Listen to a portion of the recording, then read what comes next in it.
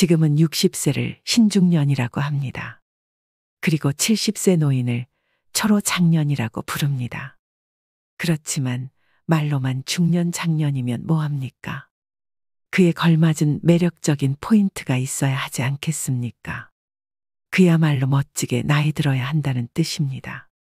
얼마 전 아주 유쾌한 모임에 참석하게 되었습니다. 지인의 초대로 함께한 자리의 장은 80대가 넘은 분으로 걸음걸이가 단정하고 앉은 모습도 흐트러지지 않았으며 참석자들이 올 때마다 애정어린 인사로 반겨주었습니다. 모임 내내 그분은 상대가 가진 좋은 점을 칭찬하며 서로에게 도움이 되는 조언을 하셨죠. 식당의 주인에게도 위트 넘치게 대하였으며 마지막에는 조용히 밥값까지 자신의 카드로 지불했습니다.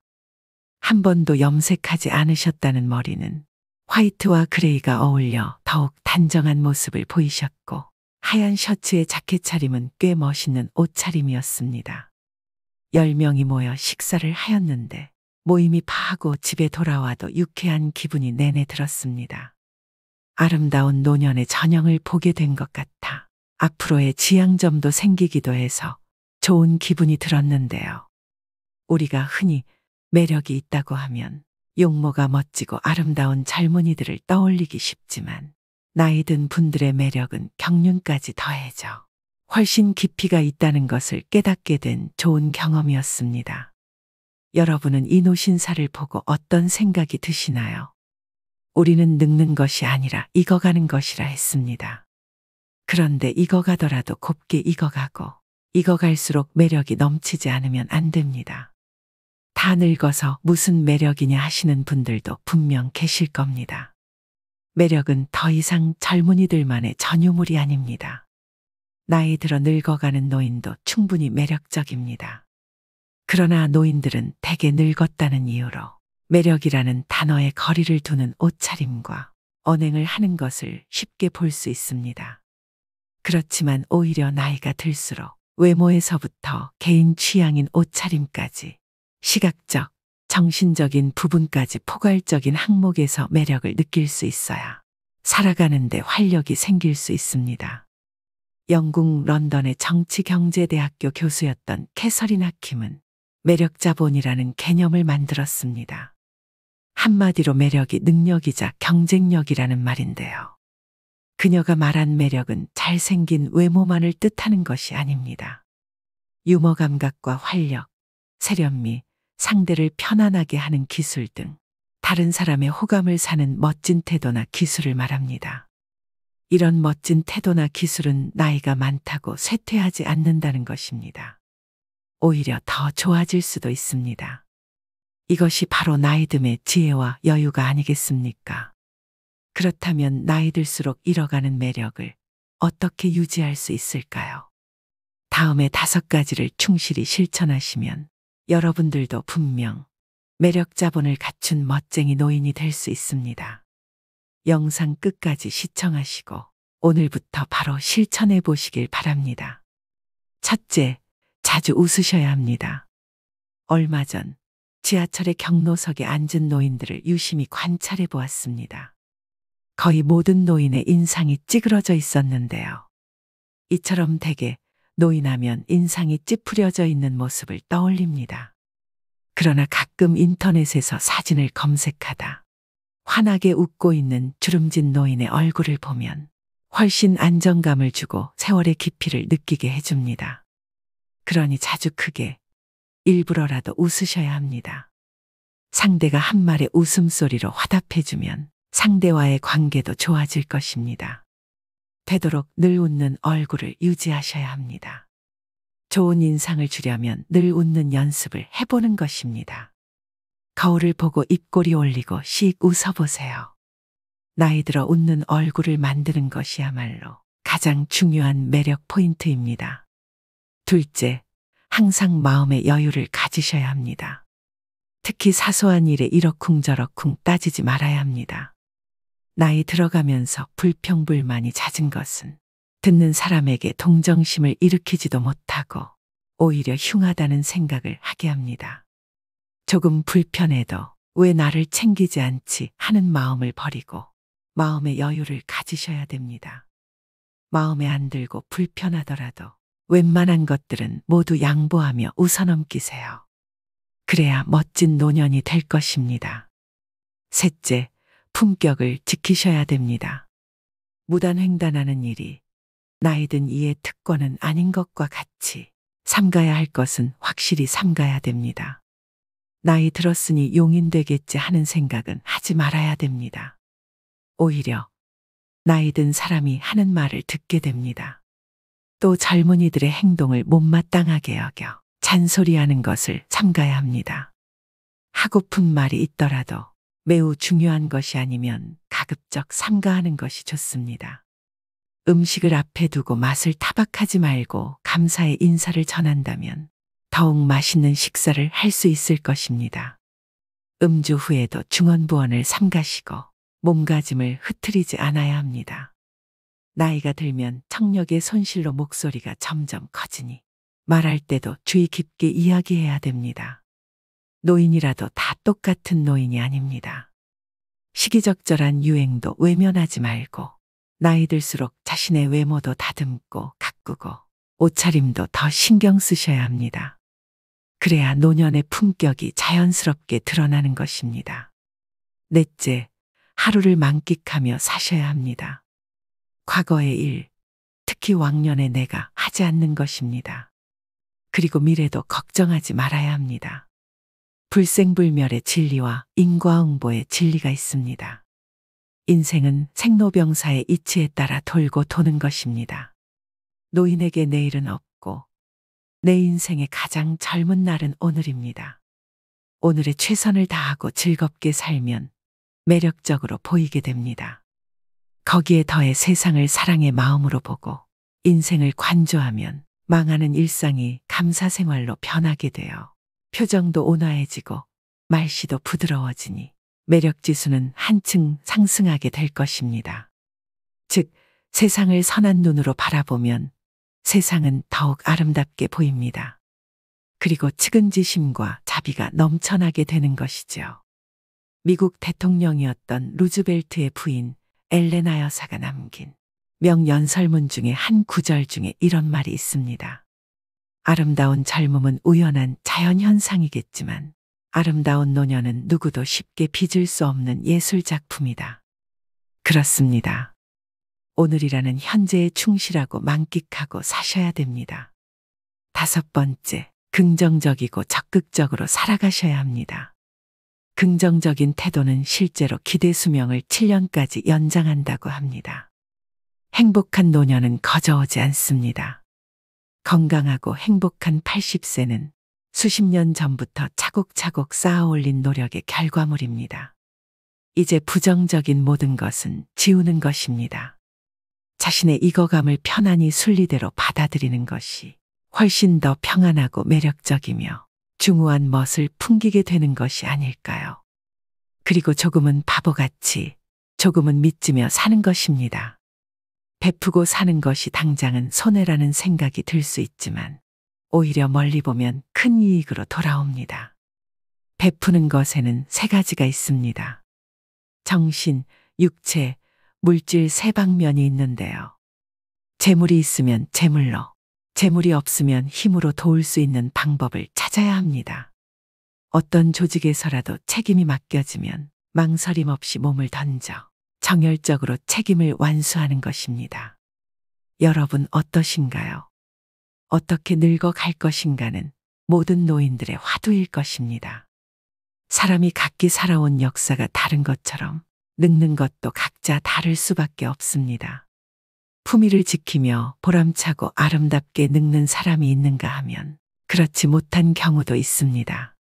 멋지거나 추하거나 또 행복하거나 불행한 노년이 되는 것은 모두 자신의 책임입니다. 우리는 모두 살아온 궤적이 다릅니다.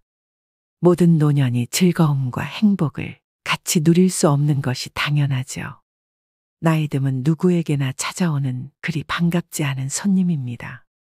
하지만 그 손님과 어떻게 공존하며 살아갈 것인지는 여러분의 선택과 태도에 달려 있습니다. 즉, 노력 여하에 따라서 아름답고 행복하게 늙어갈 수는 있습니다. 올해 여러분은 어떤 모습으로 나이 들어가기를 기대하고 계신가요? 그리고 여러분의 행복한 노후를 위해 어떤 노력을 기울이고자 하시나요? 이것을 지키지 않으면 땅을 치고 후회한다고 하는데요. 행복한 노후를 위한 원칙 5가지를 말씀드리겠습니다. 첫 번째는 더 이상 잃지 않는 것이 기본입니다. 어느 자산관리사는 어르신들께는 주식이나 펀드를 절대로 권하지 않는다고 합니다. 돈이 불어날 때는 좋아하시지만 팔지 못하고 나중에 손해를 입게 되면 괴로움이 이만저만이 아니라는 것인데요. 젊은이들은 다시 벌어서 메우면 된다고 생각하고 털어버리지만 어르신들은 다시 복구할 수 없다는 절망에 사로잡혀 일상이 무너지게 됩니다. 앞으로 일을 해서 돈을 벌 수 없고 모아놓은 돈을 가지고 죽을 때까지 생활해야 한다는 불안에 사로잡히게 되면 어딘가에 투자를 해야 될 것만 같기도 합니다. 그러다 보면 누가 뭐를 해서 돈을 많이 벌었다는 소위 카더라 이야기에 넘어가게 되어 노후 자금을 몰빵했다가 전 재산을 잃기도 합니다. 건강도 마찬가지입니다. 사람들은 좋은 것을 먹고 몸에 좋은 것을 함으로써 더 건강해지고자 노력하는데요. 고혈압이나 당뇨병, 고지혈증 같은 만성 질환에 걸렸을 때는 꾸준히 처방약을 복용해서 현재의 건강을 유지하는 것이 우선입니다. 검증받지 못한 건강식품이나 민간요법에 기대다 보면 현재의 건강도 지키지 못하고 후유증에 시달리게 될 수 있습니다. 두 번째는 자식은 없는 셈 쳐야 됩니다. 불안장애나 우울증으로 병원을 찾는 어르신 중에 상당수는 자식 문제로 스트레스를 받다 병이 생긴 분들이라고 합니다. 자식의 이혼, 범죄, 사업 실패 등 자녀를 걱정하는 주제도 가지각색입니다. 재산이라도 조금 있으면 자식들은 마치 부모가 일찍 죽기를 바라듯이 유산을 놓고 다투기도 합니다. 또 자식에게 물심양면으로 도움을 주다가 고생하는 어르신들도 적지 않은데요. 하지만 막상 부모가 어려움에 처했을 땐 자식은 나 몰라라 하는 경우가 부지기수입니다. 그렇게 자식으로부터 외면받고 마음고생하는 어르신들을 주변에서 흔히 볼 수 있죠. 경제적으로 자립하지 못했다고 해서 계속 퍼주면 내 노후가 먼저 무너지게 됩니다. 나이 들수록 자식과 부모 관계는 서로를 너무 많이 의존해서는 안 됩니다. 그래야만 정신적으로 건강한 노후 생활을 할 수 있는 것이죠. 자식에 대해서 신경 쓸 시간의 절반이라도 내 옆에 있는 배우자에게 서로 신경 쓰고 아껴주면 더 행복한 말년을 보낼 수 있을 것입니다. 세 번째는 새로운 관계를 만드셔야 됩니다. 나이가 들수록 고립되어 지내게 됩니다. 알고 지내던 사람들도 하나둘씩 건강상의 이유로 밖에 나가지 못하게 되는데요. 그 중에는 안타까운 병이나 사고로 죽어가는 이도 있습니다. 사회적 고립과 우울증을 예방하기 위해 지속적으로 사회활동을 하고 마음 맞는 사람들과 꾸준히 만나면서 소통하는 것이 중요합니다. 여러분은 나이 들수록 제일 두려운 게 무엇인가요? 아마 대부분의 분들이 치매가 걱정된다고 말씀하실 텐데요. 우울증은 치매의 원인 중 하나라고 합니다. 그만큼 노후의 정신 건강을 위해서는 외로움, 고립감을 극복하시는 게 가장 중요합니다. 친구를 사귀기 위해서는 사람들이 있는 장소에 가야 합니다. 기존의 인연을 이어가는 모임도 중요하지만 같은 취미를 가진 사람들이 모인 동호회나 봉사활동 같이 새로운 사람을 만날 수 있는 기회도 만드셔야 됩니다. 혼자 되는 것이 두려워 마음이 맞지 않는 사람과 계속 인연을 유지하시는 분들이 있습니다. 그런 점에서도 새로운 관계를 맺어 아프고 속상한 일이 있을 때 만나서 얘기할 이가 있어야 합니다. 네 번째는 나에게도 너그럽고 남에게도 너그러워야 합니다. 일생을 아주 단순하게 나누면 행운, 보통, 불운으로 3등분 할 수 있을 것입니다. 하지만 삶이 그렇게 단순하지만은 않지요. 행운과 보통의 경계선에 위치한 일이 발생하는 경우 누구는 행운으로 받아들이고 누구는 보통으로 받아들입니다. 즉, 삶을 어떻게 대하느냐에 따라 달라집니다. 항상 내가 맞고 남은 틀려야 한다고 고집하는 이는 자신이 틀릴 때마다 화가 나서 싸울 것입니다. 나도 틀리고 남도 틀리다고 생각하는 사람은 매사에 부정적입니다. 남편도 마음에 안 들고 자식도 마음에 안 들고 직장도 마음에 안 들고 나라도 마음에 안 듭니다. 가장 마음 편하게 사는 사람은 나에게도 너그럽고 남에게도 너그러운 사람입니다. 세상에 대해서 기대하는 것이 하나도 없다는 것은 희망이 없다는 것인데요. 하지만 세상에 대해서 기대치가 너무 높으면 매사가 불행해집니다. 사람도 일도 돈도 내 기대를 채워주지 못합니다. 따라서 나에게도 만족하고 남에게도 만족하는 삶을 살아야 합니다. 마지막 5번째는 현재에 집중해야 합니다. 옛날은 옛날이라고 생각을 하고 툭툭 털고 일어나야 합니다.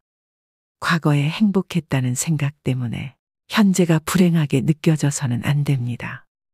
과거의 트라우마로 인해 아직까지 불행에서 벗어나지 못해서는 안 됩니다. 미래에 대해서도 마찬가지입니다. 희망을 잃고 절망에 빠지면 현재도 불행해집니다. 장밋빛 미래에 현혹되면 현재를 대강대강 살면서 꿈을 쫓는다고 생각하기 쉽습니다. 과거의 잘못을 돌이켜보면서 같은 실수를 되풀이하지 말아야 한다는 점에서 과거 역시 무시해서도 안 되겠죠. 미래에 대한 희망도 필요하고 미래에 대한 걱정도 필요합니다. 하지만 삶의 중심은 언제나 현재여야만 한다는 것을 명심하셔야 됩니다. 행복하고 건강한 노년을 위한 필수 원칙 5가지를 말씀드렸는데요. 사람들은 살다 보면 흔히 지금보다 더 나빠질 게 없다는 말을 하곤 합니다. 하지만 과거가 현재가 되고 현재가 미래가 됩니다. 최악의 시점이라고 생각이 들던 과거의 한때도 지금 돌이켜보면 그때가 지금보다는 나았다는 생각이 들 수 있을 텐데요. 60살이 되면 50살이었을 때를 생각하면서 그때는 좋았다고 여기고 80살이 되면 70살이었을 때가 좋았다 여기기 마련입니다. 그렇기 때문에 나이 들어서도 매 순간 계속해서 좋은 추억을 만드는 것이 중요합니다. 젊었을 때의 추억만이 나이 들어 힘이 되는 것이 아닙니다. 누구나 100살까지 살 수 있는 세상에서 나이 들어서 만들어진 좋은 추억도 훌륭한 인생 미천이 됩니다. 마지막으로 노후철의 명심보감을 들려드리면서 오늘의 영상 마무리하겠습니다. 부르는 데가 있거든 무조건 달려가라. 불러도 안 나가면 다음부터는 부르지도 않는다. 아내와 말싸움이 되거든 무조건 져라. 여자에게는 말로써 이길 수가 없고 혹 이긴다면 그건 소탐대실이다. 밥도 제대로 못 얻어먹는 수가 있을 것이다. 일어설 수 있을 때 걸어라. 걷기를 게을리하면 일어서지도 못하게 되는 날이 생각보다 일찍 찾아올 것이다. 남의 경조사에 나갈 때는 제일 좋은 옷으로 차려입고 나가라. 내 차림새는 나를 위한 뽐냄이 아니라 남을 위한 배려다. 더 나이 먹기 전에 아내가 말리는 것 말고는 뭐든지 시작해보라. 일생 중에 지금이 가장 젊은 때다. 옷은 좋은 것부터 입고 말은 좋은 말부터 하라. 좋은 것만 하여도 할 수 있는 날이 얼마 남지 않았다. 누구든지 도움을 청하거든 무조건 도와라. 나 같은 사람에게 도움을 청하는 사람이 있다는 것을 감사히 생각하자. 안 좋은 일을 당했을 때는 이만하길 다행이다 하고 믿었던 사람에게 배신당했다면 오죽하면 그랬을까 하고 젊은 사람에게 무시를 당했으면 그러려니 하고 살자. 범사에 감사하며 살자. 적어도 3가지는 감사해야 한다. 나를 낳아서 키워준 부모에게, 이날까지 밥 먹고 살게 해준 직장에, 한평생 내조하느라 고생한 아내에게 감사하자. 이 3가지에도 감사함을 모른다면 사람의 도리가 아니다. 나이 들었어도 인기를 바란다면 입은 닫고 지갑은 열어라. 자식에게 용돈 주고 후배들에게는 가끔 한턱을 쏘고 아내와는 외식을 자주 하라. 어떤 경우에라도 즐겁게 살자. 현실의 고통도 지나고 보면 아무것도 아니다. 보고 싶은 사람은 미루지 말고 연락을 해서 약속을 잡아 만나라. 내일 죽는다고 생각하자. 오직 한 번뿐인 인생살이 순간을 소중하게 여기고 만나는 인연마다 귀하게 여기자. 황금빛으로 무르익어가는 여러분의 지혜로운 인생을 언제나 응원합니다.